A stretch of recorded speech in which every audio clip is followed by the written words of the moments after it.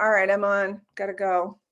Okay. Good to talk to you. Nice to talk with you. I'll call you again. All right. Sounds good. All right, bye. Bye, Mary. Bye. Hey, Em.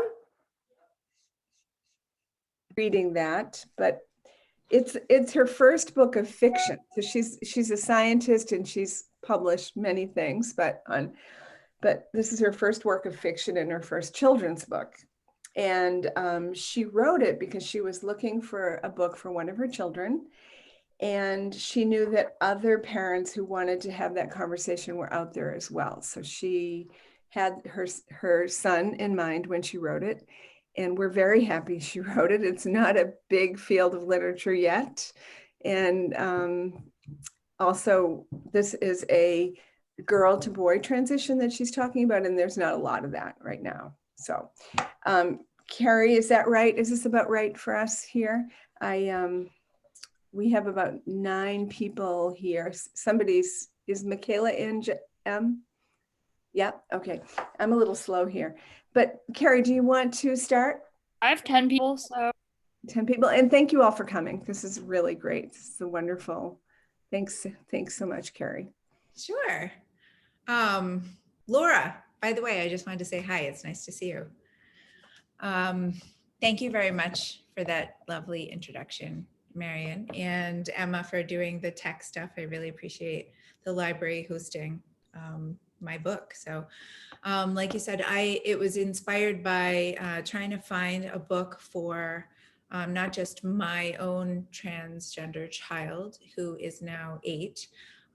When he was in preschool, we wanted to have a tool that teachers and other parents could use with their own young children ranging from 4 to 6 years old to just open up that conversation about what was going on in their families or in the classrooms. So I did not see a lot of books that represented male transgender characters. So there are a lot of female representation in children's books.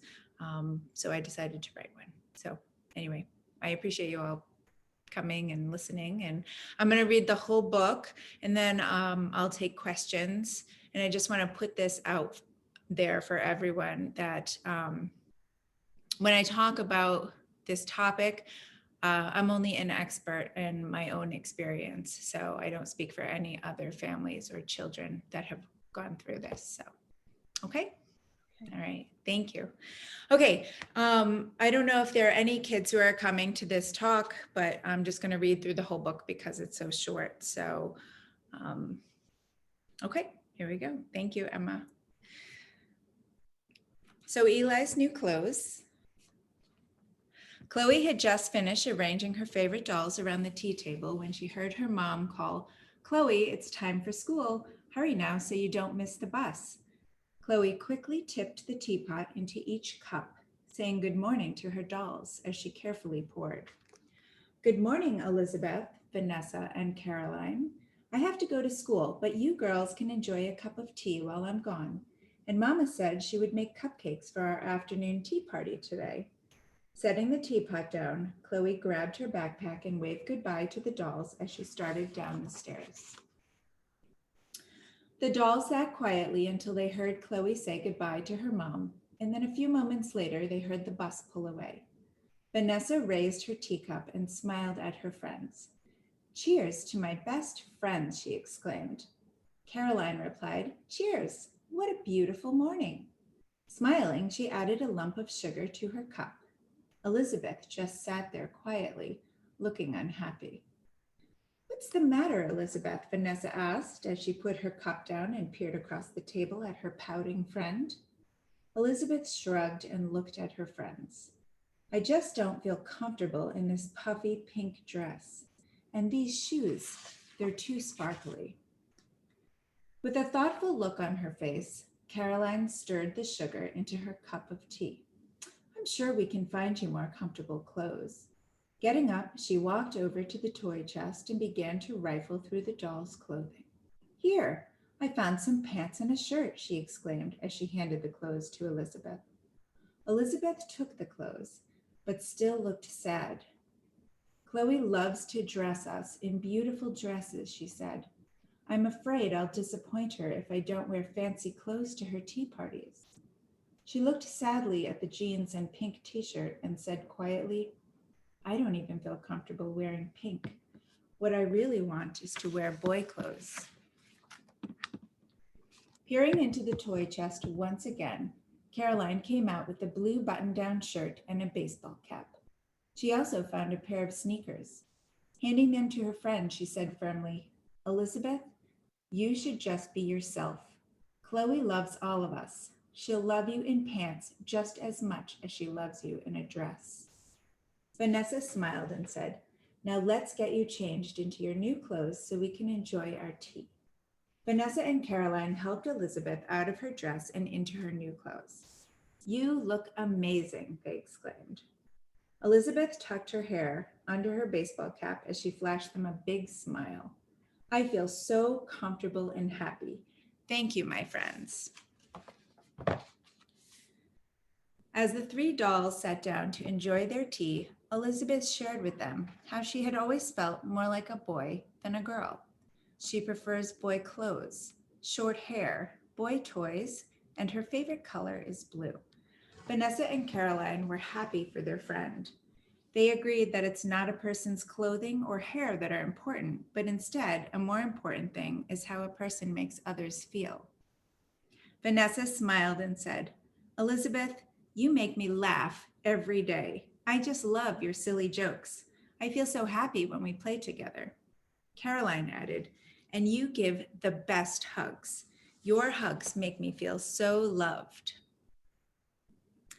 Vanessa said, we just want you to be who you truly are inside. I'm happy that you could talk to us about your feelings. It's okay for friends to like different things.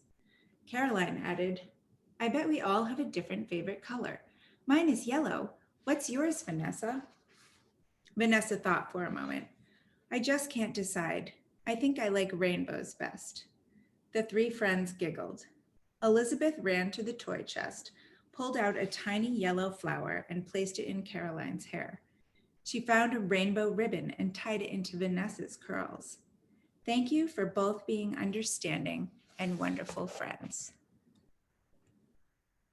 Later, when Chloe arrived home, she immediately ran upstairs to her room to check on her dolls.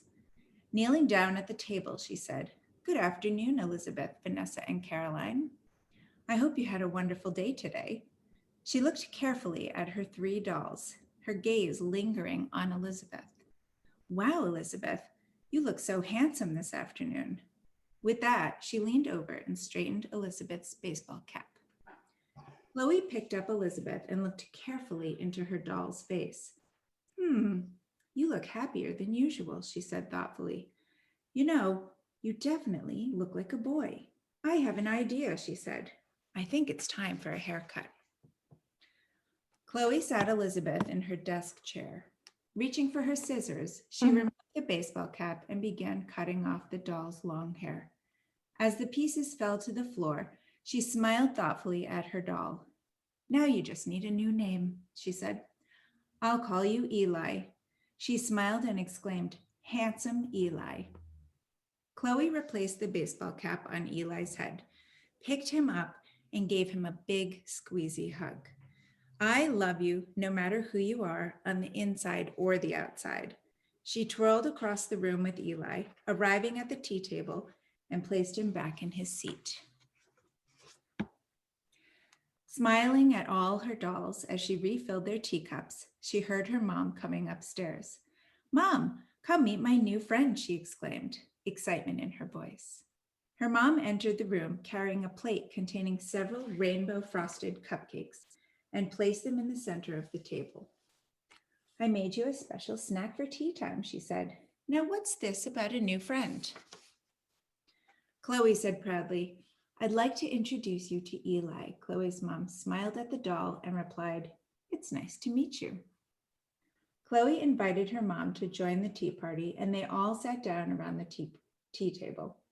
Raising her teacup for a toast, Chloe proclaimed, To friends, may you always be happy and full of love. Vanessa and Caroline smiled and winked at Eli, who was no longer pouting, but instead was beaming with happiness. And that's it. Thank you. That's great. Thank you. So can we all be unmuted? Yeah. Emma?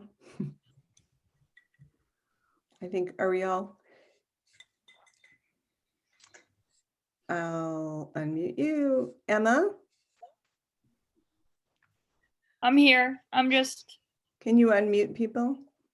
I think they can unmute themselves. They should be Okay. able to. Okay. Yeah, I think so. You can all unmute yourselves. And it's a small enough group so that we can have a discussion about this. Excuse me. Imagine coming back to your dolls being changed in different clothes. I was just thinking about that. You know, I have a thing about dolls being scary. So any sense that they'd come to life while I wasn't there, but I got the point. It is reminiscent of Toy Story a little bit. Yeah, yeah. And it's also very simplistic. Obviously transitioning from, you know, identifying as one gender to another or being affirmed is more complicated than that. But when we're talking about, you know, discussing this with a 4-year-old or a 5-year-old or 6-year-old, it's very simple. Basic. Does anybody have questions for Carrie or want to address something in the book, in the children's book, or share why you're here or that kind of thing?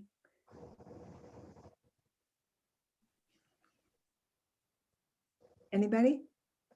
Yeah, I have a question. I'm wondering, Carrie, if you have had the chance to have this book read at your child's school, have the teachers read it, and what's been the feedback you've gotten?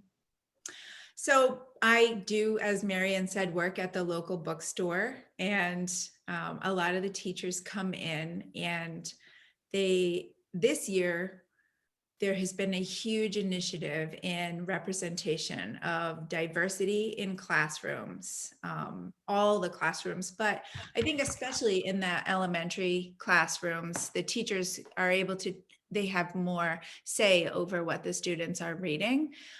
So I've seen the teachers definitely buying more diverse books.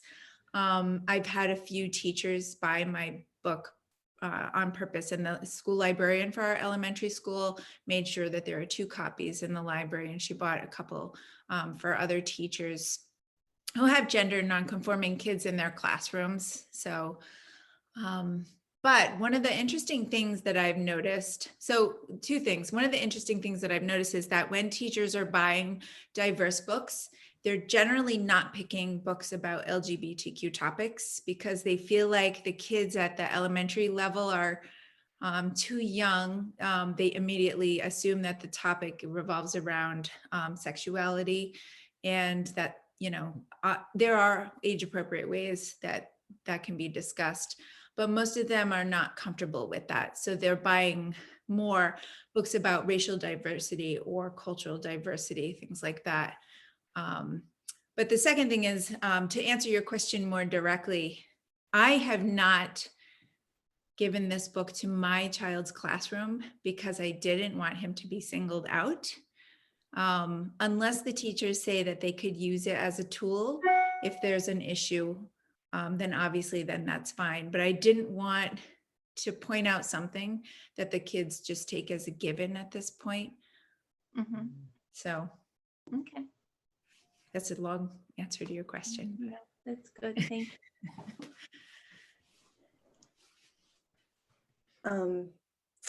Can we ask you generally about your experiences with this issue and how you found working with the school, your child's school, to be around the issue? Was it hard? Was it complicated? Did you get a good, it sounds like you had a really supportive response.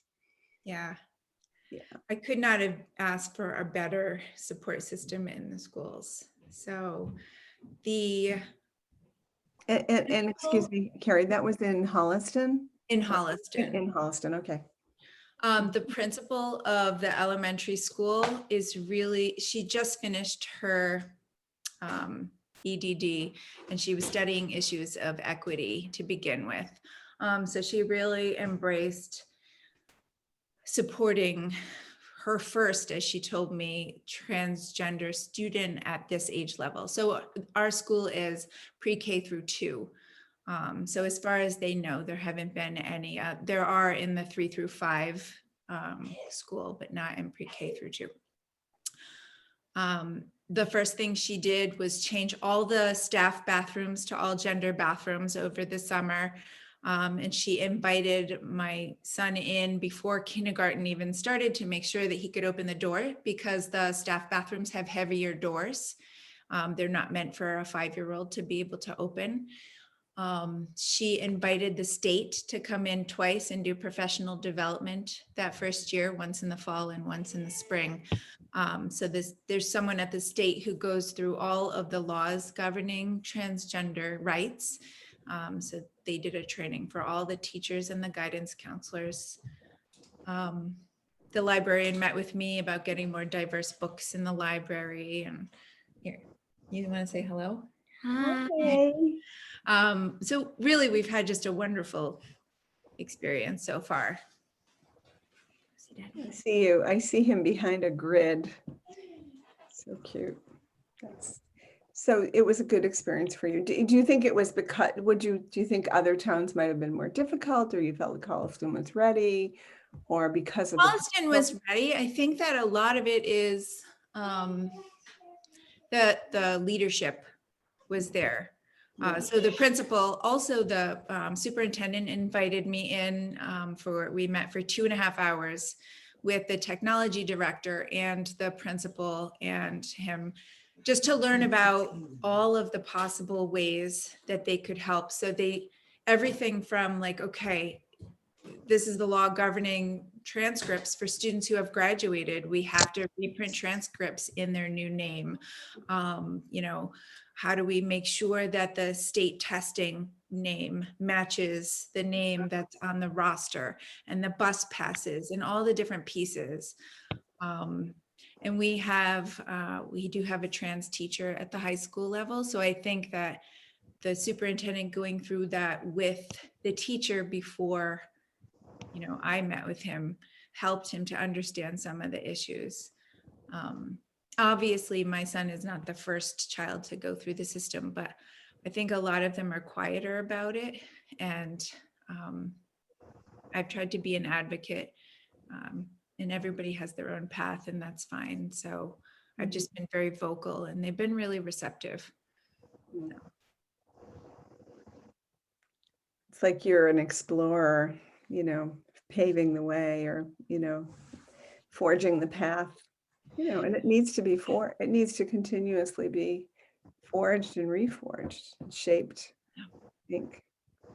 It's a little tricky because it's probably a little easier for me to do right now because my child is so young and he's pretty open to anything. I do try to ask him permission before I go in and talk about his life, and he's very open because he just is. He's always been who he is, so he's very comfortable with that. But I definitely think that will probably change as he gets older. And then I definitely plan to be more respectful of his privacy, and it's a balance between outing him before he has the ability to understand the impacts of that in the long run, but also trying to raise awareness and make sure that he's supported in the way he needs to be. So. Does anybody say have something? Yeah, please do. Okay. This is Vernon Domingo. My wife Beryl and I are here. We're parents of a transgender son. And we're so pleased to see this being discussed in a public forum. It's wonderful. We have a transgender son who came out at university. We see increasingly more younger children coming out to be themselves, their true selves. And it's wonderful to see the Mullen family grasping that and really being accepting and welcoming and just making sure that their child grows to be, in this case, himself. And so it's a great story, and I applaud the Mullins for doing this. Also, to let you know, we have a group in our area actually meeting in Easton at the Unitarian Church for parents of transgender. And we meet on Zoom for parents and families of transgender people. And it's a wonderful way to share experiences and to gain strength, which is what we did when our child came out. We gained strength from listening to other people. So listening to Carrie was wonderful for us. Thank you, Carrie and Sean. Thank you. I would like to check out that group, especially now that you're meeting in Zoom. Yes, I've known about your group for a while, but it's now an hour from me. And so I haven't actually gone, but now we can make it. Now with Zoom, I'll let you know. So it's going to come in, okay? We'll be in touch, Gary. Absolutely. I'm also going to recommend your book for our Bridgewater Library. Oh, okay. Yeah, Wonderful. I think it's going to be good for, right now our library is trying to really be inclusive and to be responding to the needs of the community, be more, looking at at diversity and inclusion. And I think LGBT obviously is an area that we should really pay attention to, especially children's books. Yeah. So I listened very carefully to your story, and I think it's very appropriate for any age, actually. So yeah, I'm going to make a strong recommendation for that book to be included in our library collection. And you're on the board, aren't you? I'm a trustee of the library. Oh, great. Thank you. Yeah, I really wrote this book for parents. Yeah. Yes. Good. We will be buying a copy tomorrow. I was going to say there are copies at the Paperback Junction signed by Carrie, and she got about 10, Carrie, is that right? Yeah. Okay. And they're sitting there. You should get them. And our library, the Ames Free Library, is acquiring some as well. Oh, I'd like to get a signed copy of that. Okay. Yeah, Thank you. so go over there. She'll love to see you. And yeah, Fantastic. was somebody else going to say something? I'm afraid I cut somebody off, possibly.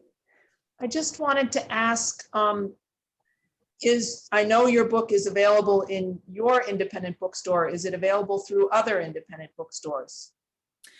At this point, it's very new and I'm self-published. I don't have a following yet. So it's available in bookstores where people request it. So if you have a local bookstore, then you could always ask them to order it. And it's printed by Ingram Publisher, which they're a huge printer. So most bookstores already have an account with them. It's not obscure, so it's easy for them to order with the rest of their Ingram order. It is on Amazon and it is available through Barnes and Noble. I always recommend that people try to support local businesses as much as possible. But if that's the easiest way to do it, then it's definitely out there. Okay, thank you. It's full price on Amazon. So you might as well buy it through the bookstore, I think, if you have one, because it's not counted at all. All right, and I have to excuse myself. I have another Zoom meeting at 7:30. But I just wanted to also mention that there is, PFLAG is starting a group for people who are parents of 7 through, up through 12-year-olds. That's excellent. Because most of the groups I've encountered are parents of older children, high school, college, or grown. So Yeah. that's excellent. Sorry, my other meeting is starting on my other device. Yeah, so check out PFLAG. They haven't started yet, but they're trying to organize it. Okay, thank you. Thank you. That's Bye-bye. excellent. Thank you for sharing that, Martha. I didn't know that. That's good. Yeah, Greater Boston PFLAG is organizing. Okay. It was in their latest newsletter. Excellent. Bye. Bye. Thanks for coming. Thank you. That's good. Okay. I have another comment. Carrie, I know you said you wrote it for parents, but my experience with my own kids and my grandchildren now is that if they see me reading something and I read it to them, if it's appropriate for them, then there's more opportunity for discussion and sharing and stuff. And actually, I am planning on ordering it for my two households that have my grandchildren living in them, because I have a son like Vernon and Beryl, who is gender nonconforming actually, and came out a long time ago. So we've been down this path and on this journey actually with Vernon and Beryl for quite a while. But I'm always looking for opportunities to share with my grandchildren. Because they just take it for granted. They assume that most people are transgender. Oh, because really? they've been exposed to it since they were babies. You know, they know that their relative is transgender, and they're perfectly comfortable with it. They think everybody is. And so I'm always looking for material. So I'm very grateful for this, and I will be ordering it for them for Christmas. Oh, that's wonderful. Well, I love that they're so comfortable with that. And, you know, gender is really a spectrum, as you guys well know, that there are different ways of expressing it.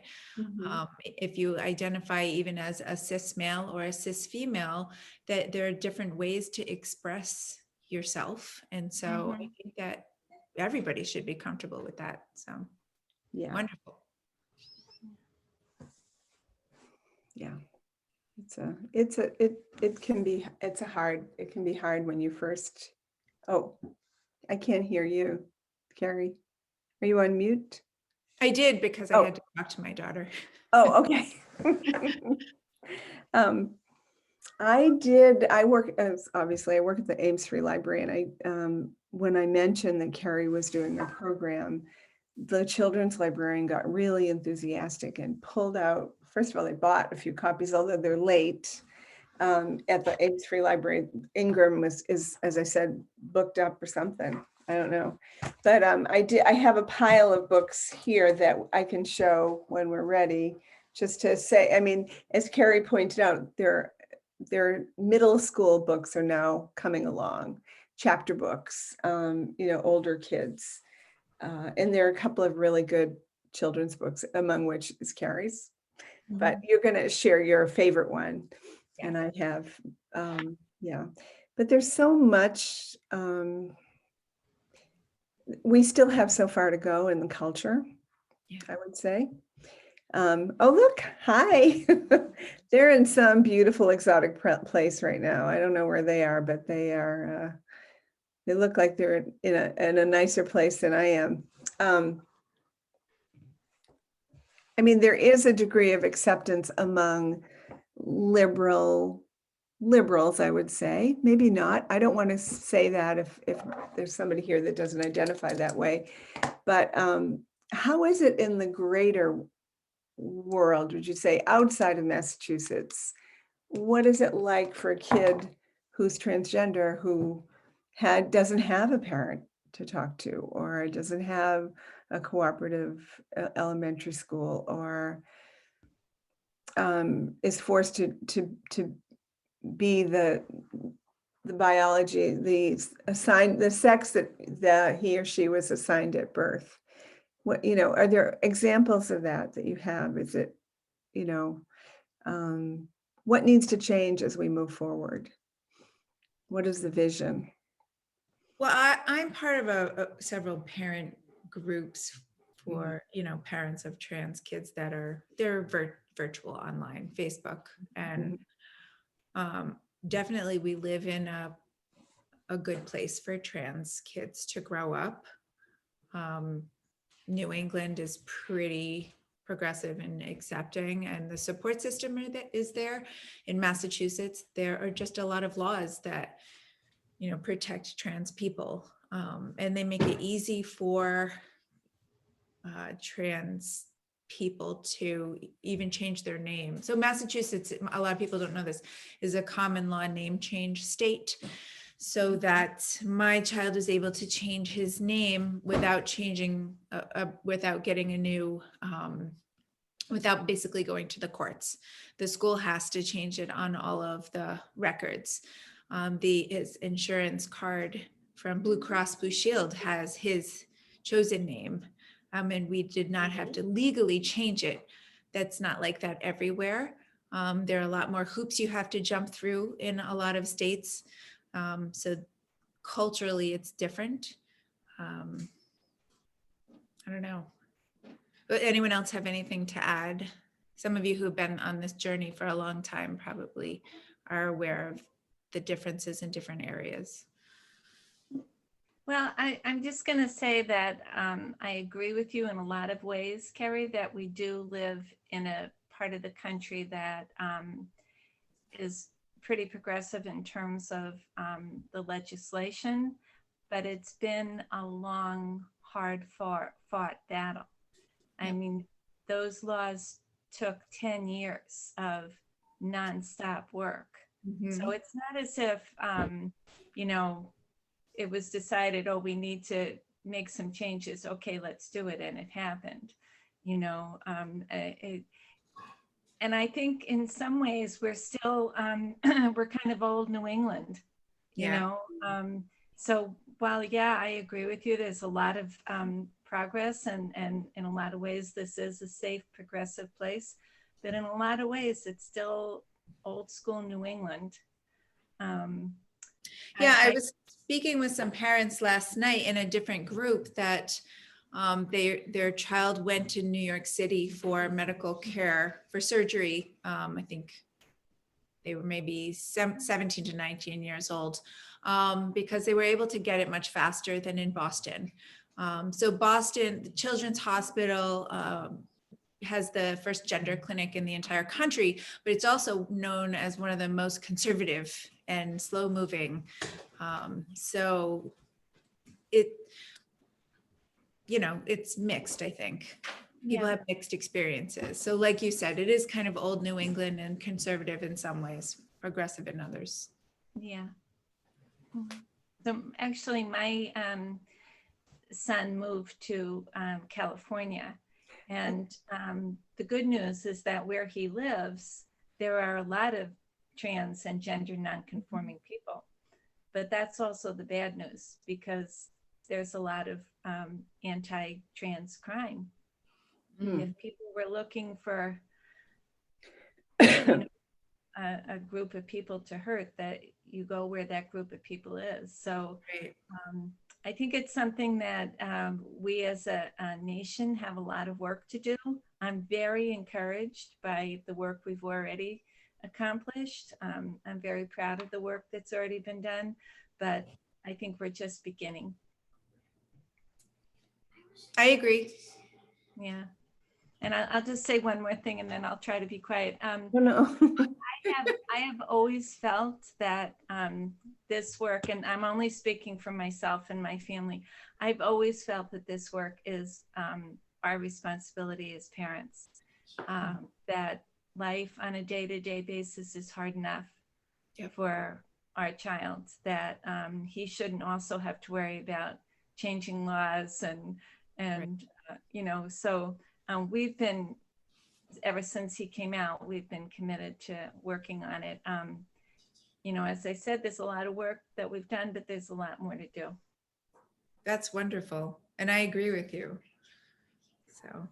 Well, I know. Look at what you've done already, Carrie. I mean, just in your short time, we're dealing with this. You've already organized groups of people, written a book, you know, worked with schools. You know, you're absolutely right that it's the parents' work, you know, in enlightening other people, explaining how this works, you know.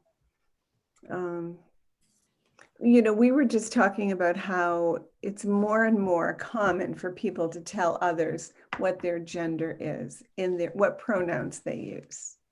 That's to me, that's a huge leap. And it seems to have come so suddenly that every email I get is now explaining what how this person would like to be addressed. And I'm reading a book, and this kind of surprised me because I read the author's blurb. I was telling Carrie, and it said, you know, so-and-so, she's a woman, they are a woman, so-and-so wrote this book and, you know, they da da da da and there, and my head was spinning for just a second. And then I understood it. So it kind of requires that, you know, we all get on board in whatever way that we can. Mhm.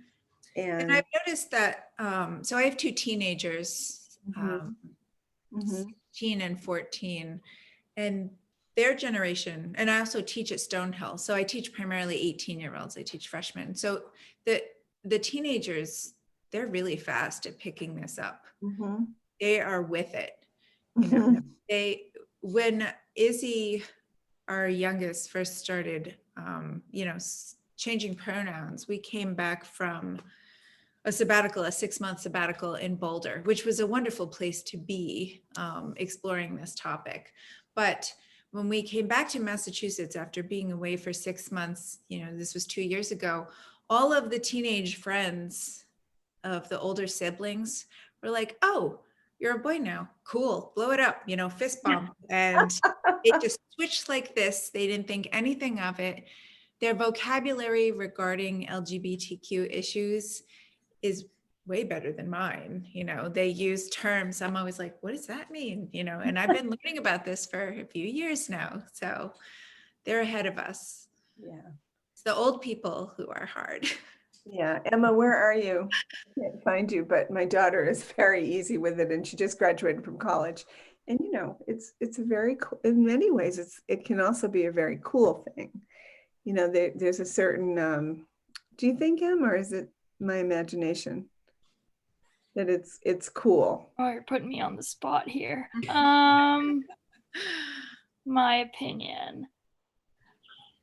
I think that people take it a little too far sometimes. I do. I think that there are a lot of hypocrites in social media that, you know, they believe one thing one day and then the next day they're like, maybe So not. you're saying it's a bit trendy here. So it's a little yeah, what I'm saying is, yeah, it's definitely a little more trendy, you know, especially, you know, for you know, big athletes to be like, oh my gosh, yeah, I support this. People are like, oh yeah, now I support it. It's like, do you actually, or are you just saying that because they support it?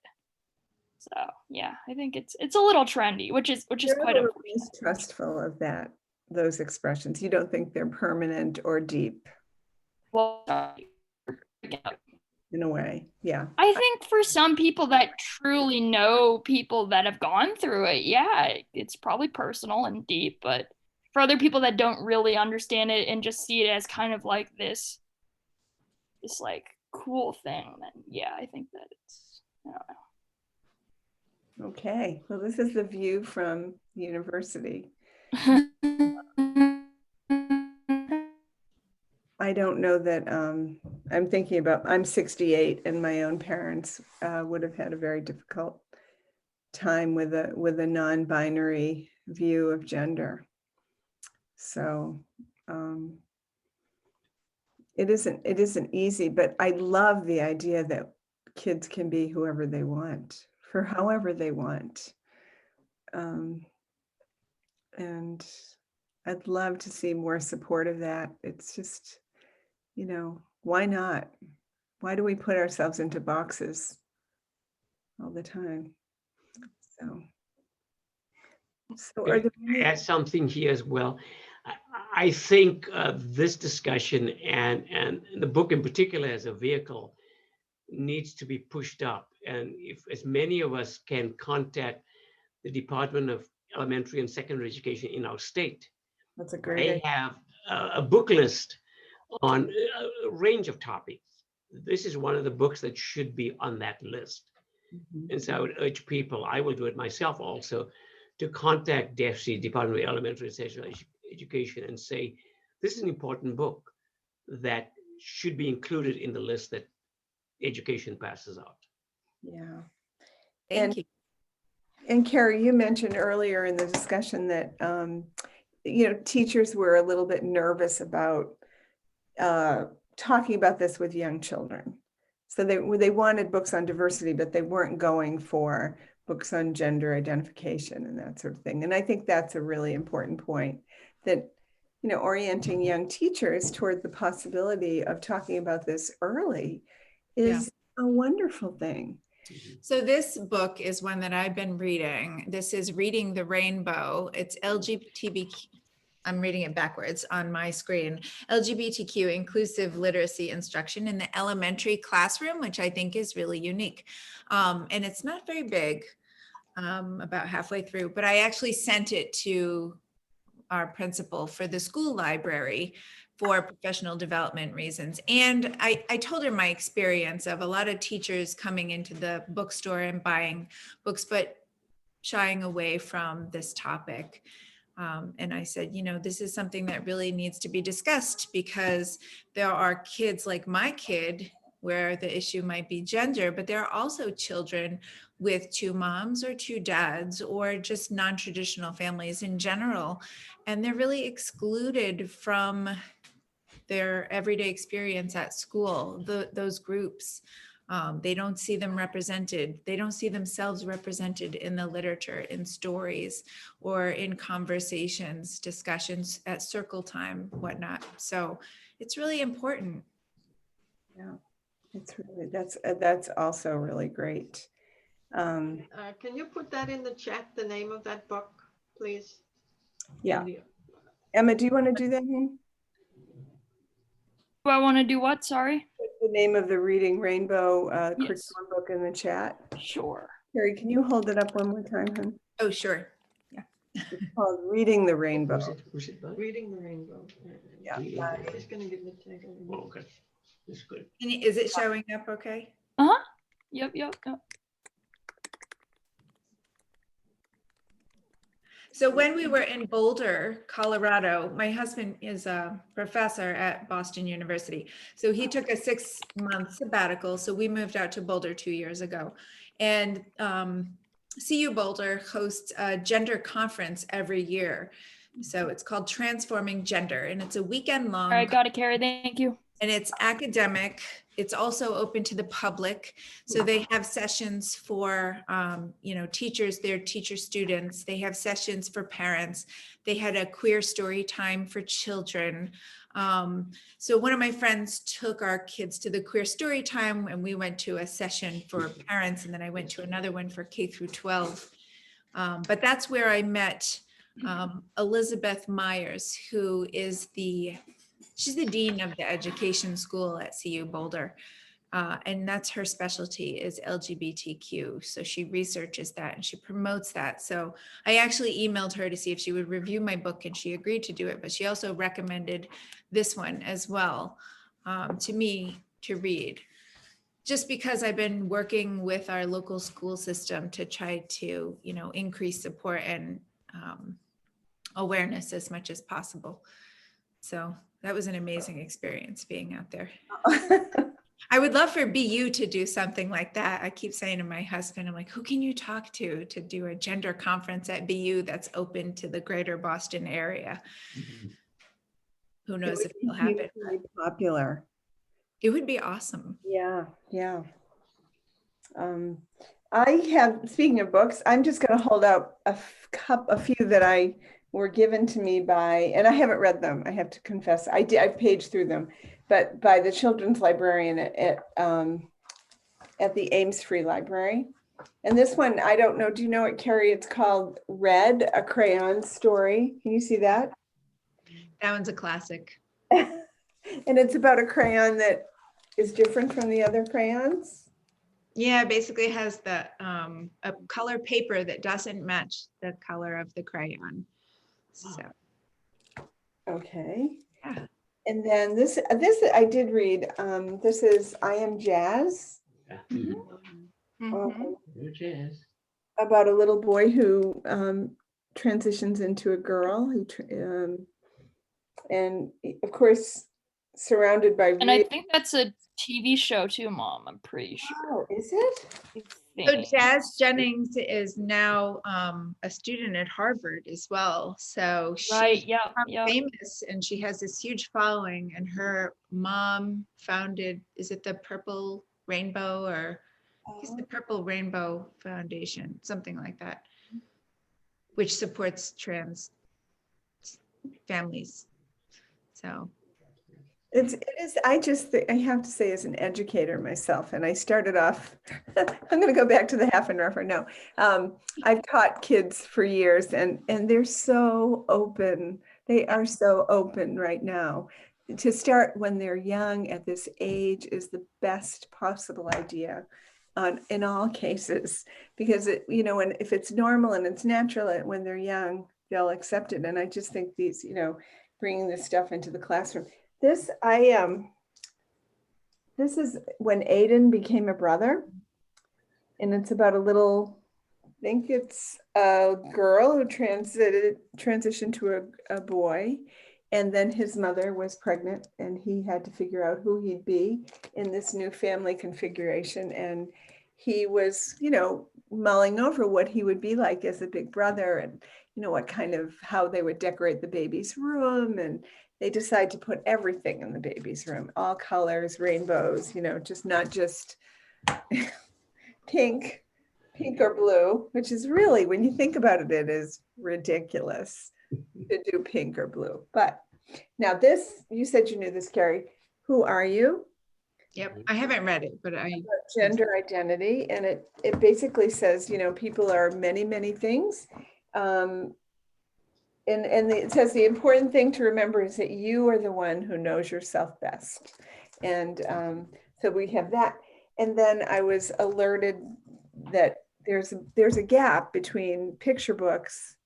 This is what you said, Carrie, earlier, or you seem to say that. And so there are now, younger chapter books, I guess. Is this a chapter book? that's probably middle grade. Middle grade Praise for George. There is a gap in representation for early readers, I would say grades 2 through 4 or 5. There's not a lot of representation there. Yeah. And then I haven't read these. I was just handed to them, and I thought it would be fun to just show them. But this is called Lily and Duncan. Yeah. And it's about kids who are transgender. So we have all that. And then there's this one, looks like Rick. Oh, okay. So did I show you George? And then it says, of course, be who you are. So there's there's a literature out there, and maybe you should be writing the next level, Carrie. What's your next? Well, I've thought about it. Yeah. Probably won't self-publish again. But Why if was I it? had an agent discover me, then I would write another book. Well, putting out proposals like that is probably important for certain little scholastic presses and things like that. Yeah. Right. So I have one more book I want to add to your collection. This is my very favorite. It's not mine. It Feels Good to Be Yourself. And it is relatively new. It was published in 2019, I believe. And it has the most beautiful, diverse cast of characters. As you can see just from the cover, there are characters with different body types, skin colors, ability, just lovely. And the illustrator liked one of my posts, and they are in Boston and are non-binary. So it was actually put out by a gender non-conforming person. And I mean, there are families with same-sex parents in the book. It's very, very wonderfully done. But it is about gender. It's about gender primarily. And it's written for gender non-conforming children. Mine is more written for anyone, right? Anyone can read this. This is more for families or for kids who are dealing with, gender identity. I highly recommend it. Can you enlighten me and tell me what the difference is? Of what? Gender non-conforming versus transgender. So transgender, in my understanding, and other people can correct me too, is you identify as a gender that you were not born as, right? So my son was identified as a girl at birth, but identifies solidly as a boy. Gender nonconforming might mean that you are non-binary. It might mean that your gender is fluid. It might change. Maybe you're not sure yet. It could be that you identify as cisgender, but that's not how you express yourself. Right. So I have a cisgender friend who she identifies as a woman, but she could be mistaken as a man because she wears men's clothing, she's short hair. She just doesn't conform to cultural expectations for her gender. So I think it can mean a lot more things. Anyone is free to add to that. So cisgender is somebody who I thought was just, I'm a female. Would I be considered cisgender? Yes. Okay, that's what I think so. Well, you have to tell us. Yeah, But yeah, I think I am now. Yeah, but it's all very, to me, the whole thing is very freeing. Even as we have this discussion, it's like, in some, it's very fraught. And Diane certainly told us about how difficult it is later. Mhm. And, with, some people from our government, things haven't been easy for other people, for people who are different. But this is I want to huge. share something I got. I just got in the mail today from Greater Boston PFLAG.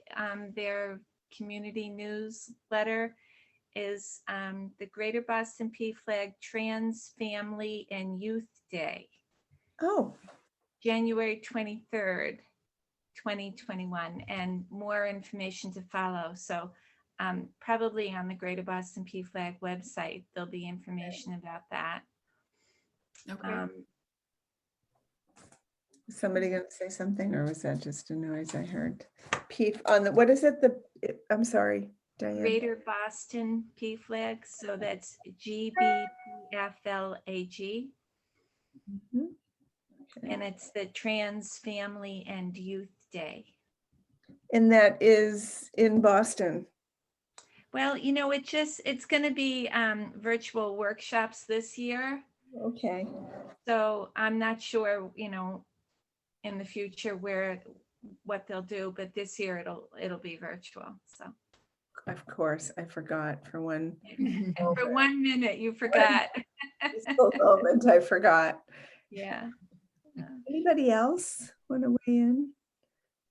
Hi, Yeah. Carrie. I just Hi, wanted to say, I get, the reason I'm here is I get the emails from Ames Free Library, and I saw your name and you'd written a book, and I was like, oh, I've got to log on and say hello. But this has been very informative for me. I've enjoyed it.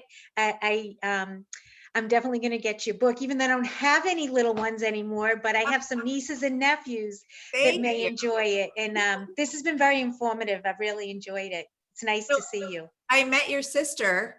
I heard Kathy, yes. Not in person, but the reason that the Paperback Junction has signed copies is because your sister brought them from Holliston to Easton, because one of my students was positive for COVID. So I was in quarantine and I was supposed to go sign the books. Oh, and no. I was freaking out like, oh no, I promised people these books. And so she was so kind to offer. Yeah, she was excited because she said, my sister. yeah, she said, wasn't Laura friends with Olivia? I said, yes. So we put it together.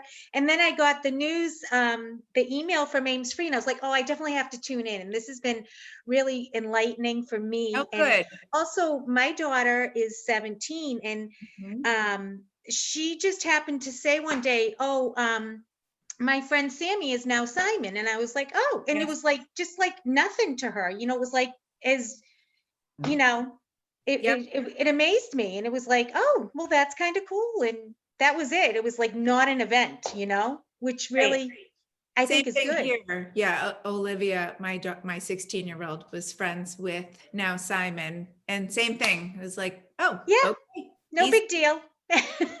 Yeah, which is good. That is wonderful. That's really wonderful. Like I said, they're they're being raised with this awareness, and it's really culturally accepted for the most part. So it is wonderful. Yeah. A new generation. Yeah. And that will continue as, you know, it becomes part of the curriculum in elementary school. And you know, it really is about awareness and spreading the word and meeting somebody like you and, you know, hearing your story. And I just think it's great. So glad we could do this. Does anybody else want to weigh in before we leave this presentation?